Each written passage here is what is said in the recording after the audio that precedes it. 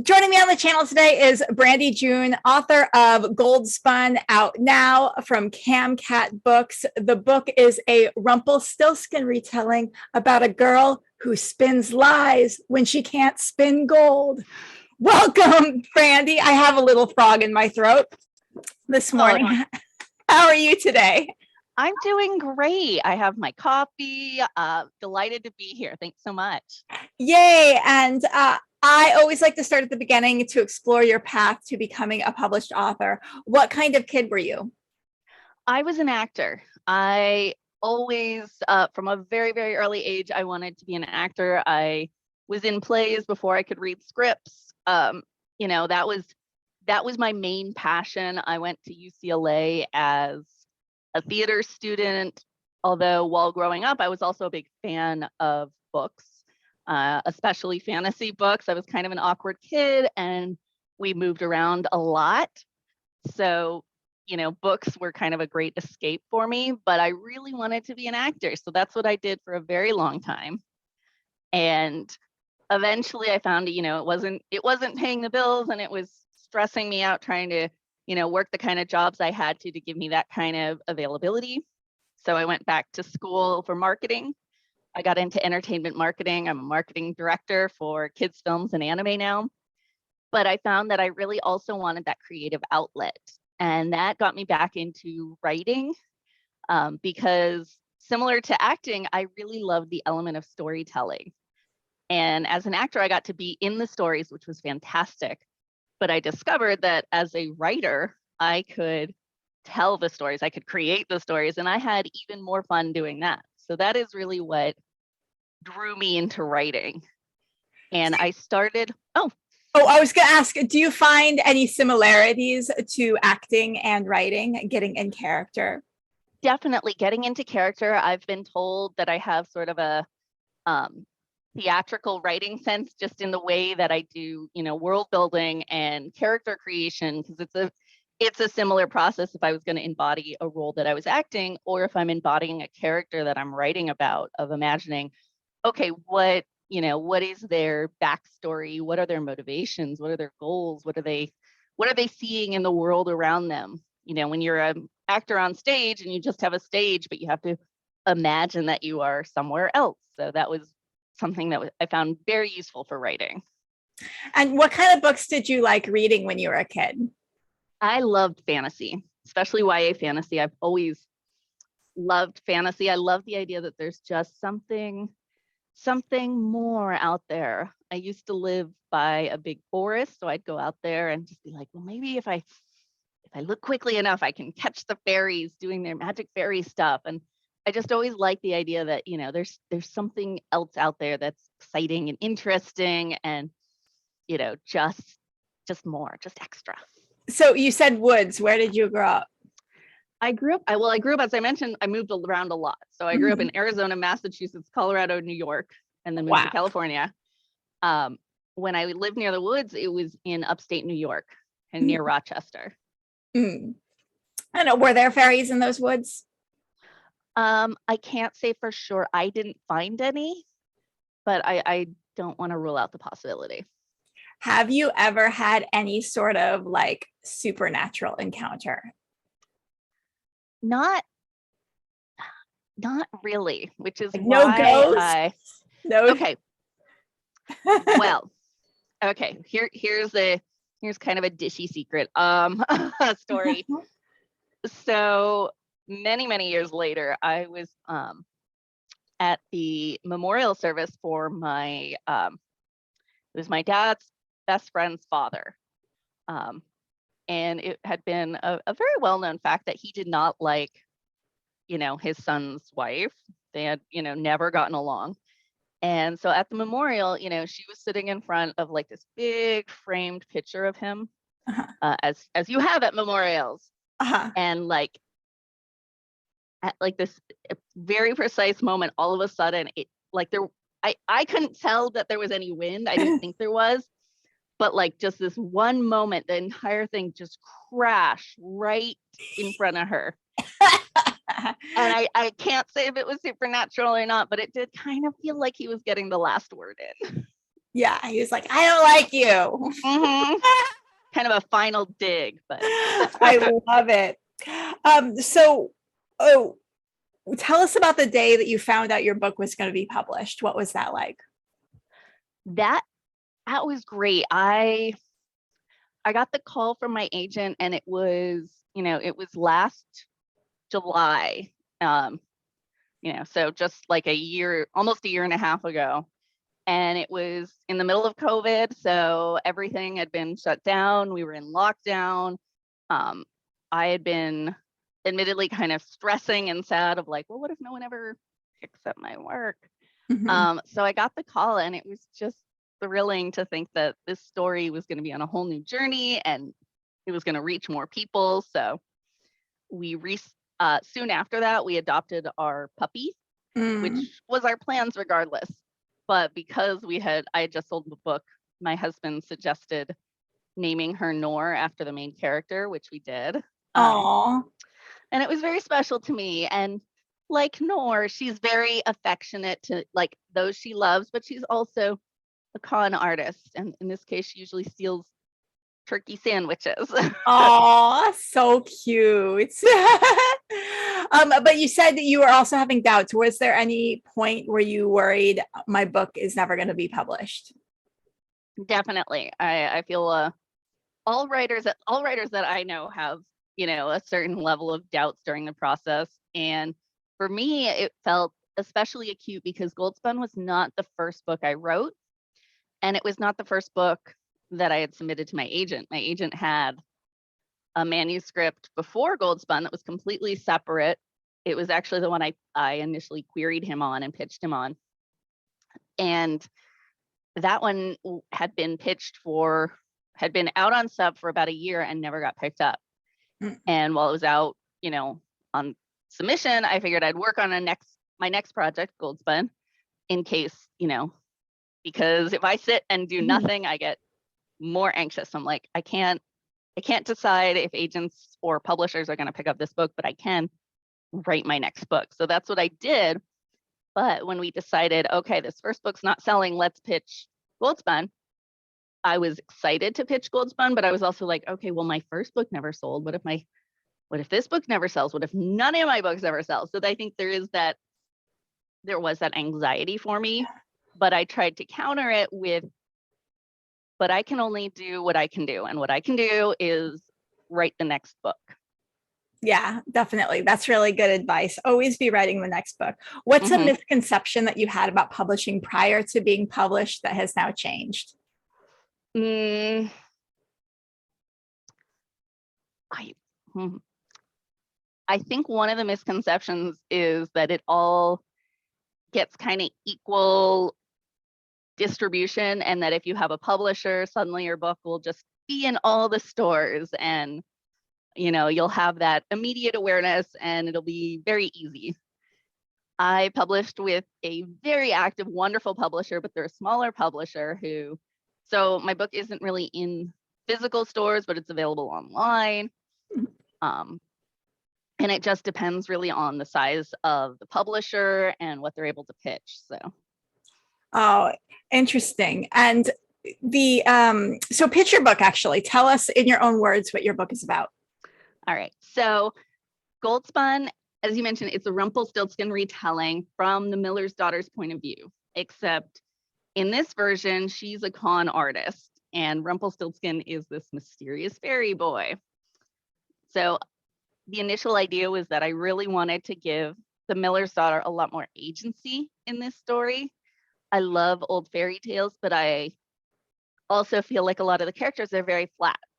On one hand, gives you a lot of room to work with in a retelling. Mm-hmm. So it was really great here because I feel in the original, the miller's daughter is just such a damsel in distress the whole time. Mm-hmm. Her dad says she can spin gold and the king forces her to, and she just gets sort of battered her out by these men.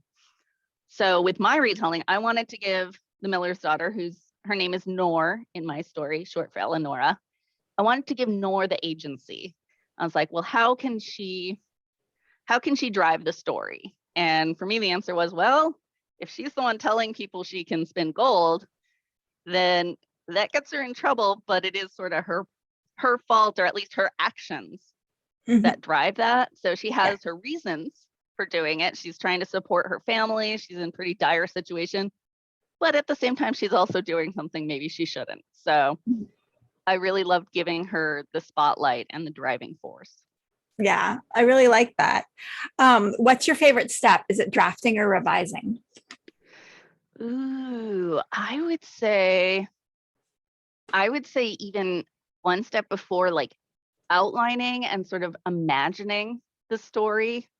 Like even before I start drafting, I'm usually like playing in my head with, what the characters are like, what are their goals? What are their, what do they look like? How do they act in different situations? And for me, that's a really fun time. I get to just really play around.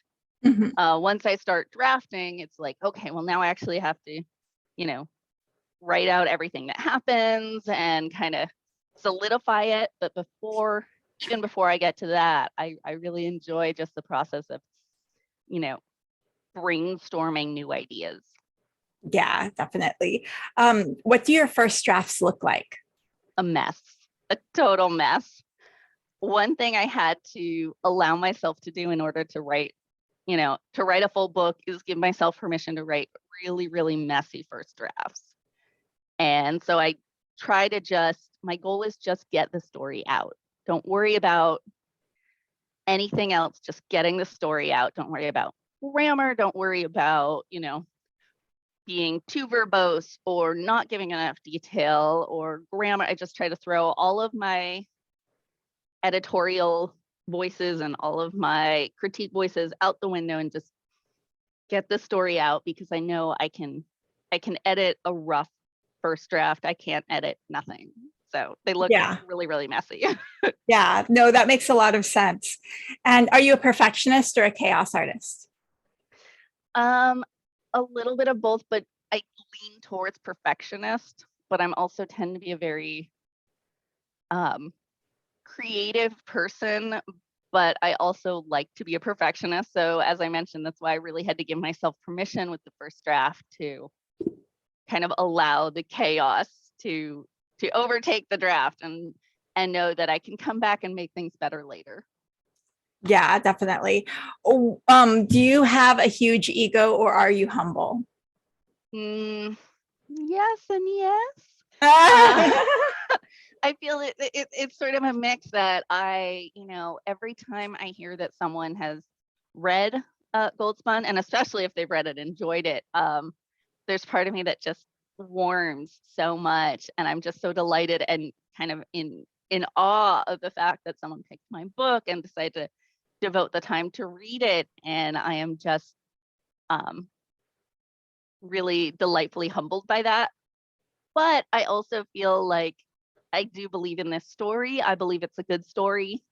Um, I had a lot of fun writing it. I enjoy the story, so I do believe in it very much. And by that token, I genuinely feel like it's a great story, because otherwise I wouldn't want to share it with the world, and two, I wouldn't have had the stamina to put in the amount of time needed to write and to revise and then revise again. And then once it sold to the publisher, we went through another round of edits. So, it, it really helps if it's a story that you're passionate about, because of how much time will be devoted to it. So on the other hand, I am very, very proud of my work and just feel like it's a delightful story.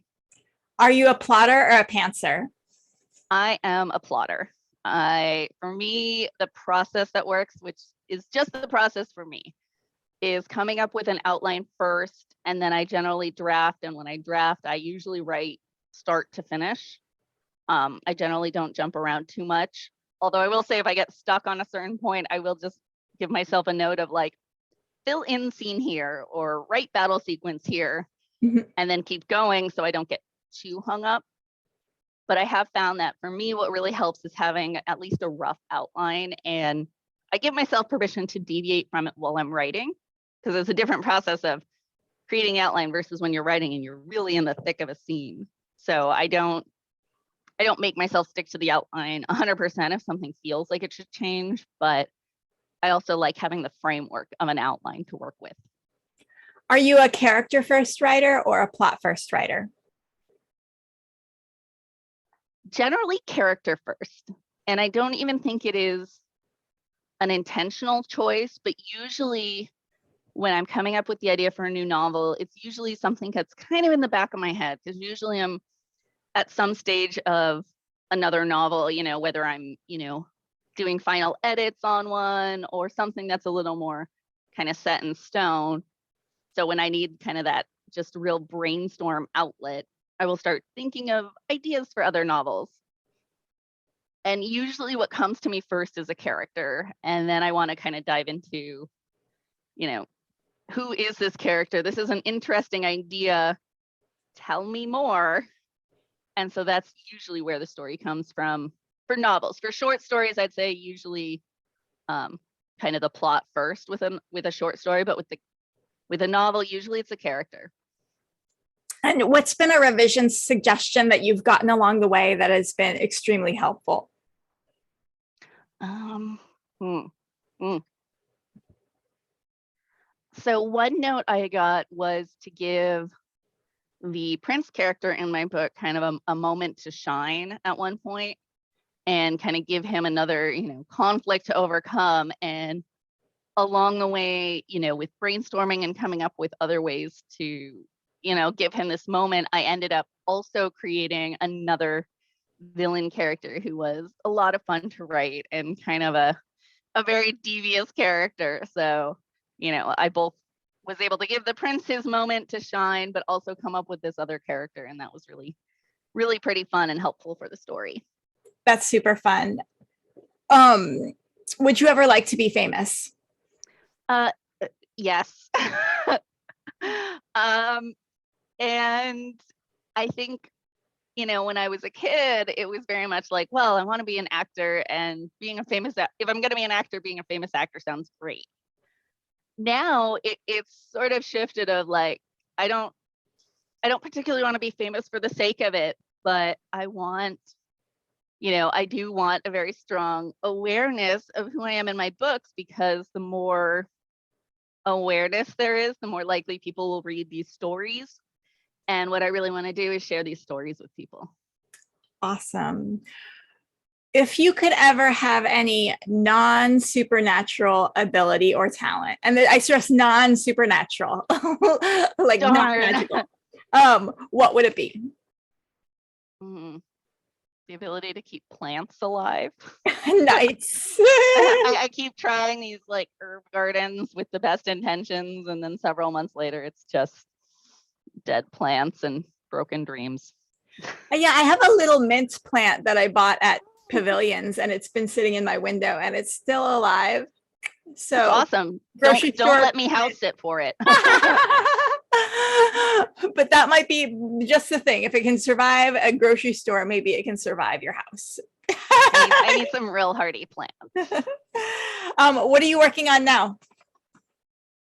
I am working on the sequel for Gold Spun. It is officially going to be a duology. I have that. The deal is in place with my publisher. I actually just got to see kind of some first looks at, early art for the cover, which was very exciting. And it was a very interesting process, because I originally thought it would be a trilogy. But after some talks with my editor, we decided to make it a duology. So I took a very, very rough draft I had written, quite a while ago after I'd first drafted Gold Spun, and had the interesting experience of basically editing down this, 80,000 word draft into like half its size, and then writing the ending. But overall, I'm very happy with, the full shape of the story. Awesome. Everyone, check out Gold Spun out now, and you can get it on Amazon, right? And anywhere books are sold online. Okay, perfect. And I'm going to put all of your socials down below. Thank you so much for being on the channel, Brandie. It's been fun talking to you. Wonderful. It's been great. Thanks for having me.